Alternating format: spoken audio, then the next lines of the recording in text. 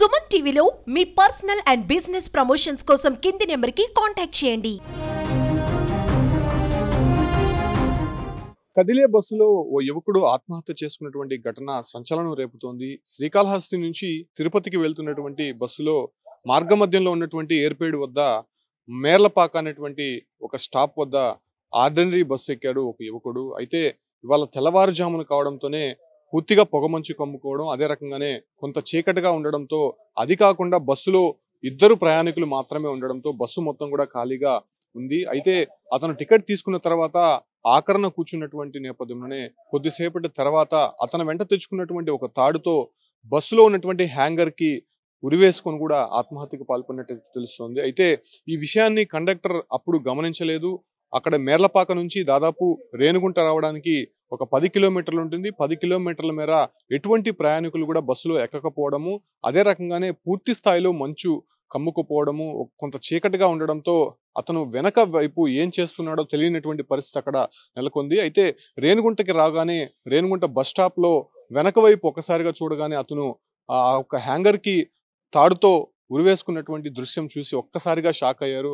లోపల ఉన్నటువంటి ఇద్దరు ప్రయాణికులతో పాటు బస్సు కండక్టర్, అదే రకంగానే డ్రైవర్ ఒక్కసారిగా పరుగులు తీశారు. వెంటనే రేణిగుంట పోలీసులకి సమాచారం ఇచ్చారు. వెంటనే పోలీసులు ఆ ఒక్క మృతదేహాన్ని పోస్టుమార్టం నిమిత్తం తిరుపతి రోయ్ ఆసుపత్రికి తరలించారు. అయితే అతను ప్యాకెట్స్ లో కానీ లేకపోతే అతనికి ఉన్నటువంటి డ్రెస్సెస్ లో కానీ ఎటువంటి ఆధారం కూడా దొరకకపోవడం, అదే రకంగానే అతను ఎందుకు బస్ ఎక్కాడు, ఇంటెన్షన్ గానే ఆత్మహత్య చేసుకోవడానికి బస్ ఎక్కాడా లేకపోతే అతను మరేదైనా కారణంతో అలా చేశాడా అనే దానిపైన కూడా ప్రస్తుతం పోలీసులు ఇన్వెస్టిగేషన్ అయితే కొనసాగుతోంది. అయితే ఇవాళ దాదాపు 5 గంటల ప్రాంతంలో కాళహస్తిలో బయలుదేరినటువంటి ఆర్డినరీ బస్సు ఏర్పేడు సమీపంలోని మేర్లపాకకి రాగానే ఇతను మాత్రమే బస్సు ఎక్కాడు. అప్పటికే ఇద్దరు ప్రయాణికులు అందులో ఉన్నారు.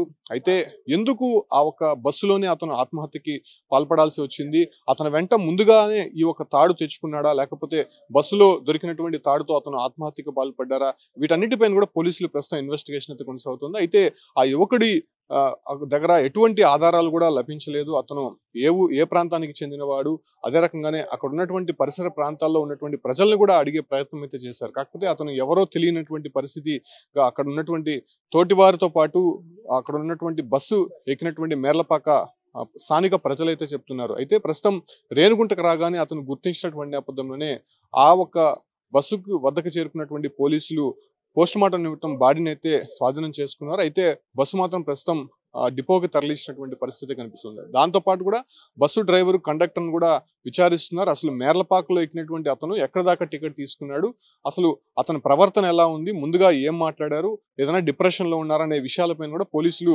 బస్సు కండక్టర్ని, అదే రకంగా డ్రైవర్ని కూడా ఆరా తీస్తున్నటువంటి పరిస్థితి. ప్రస్తుతం బస్సులో, అంటే అది కూడా రన్నింగ్ బస్సులోనే ఆత్మహత్య చేసుకున్నటువంటి ఘటన సంచలనం రేపుతోంది.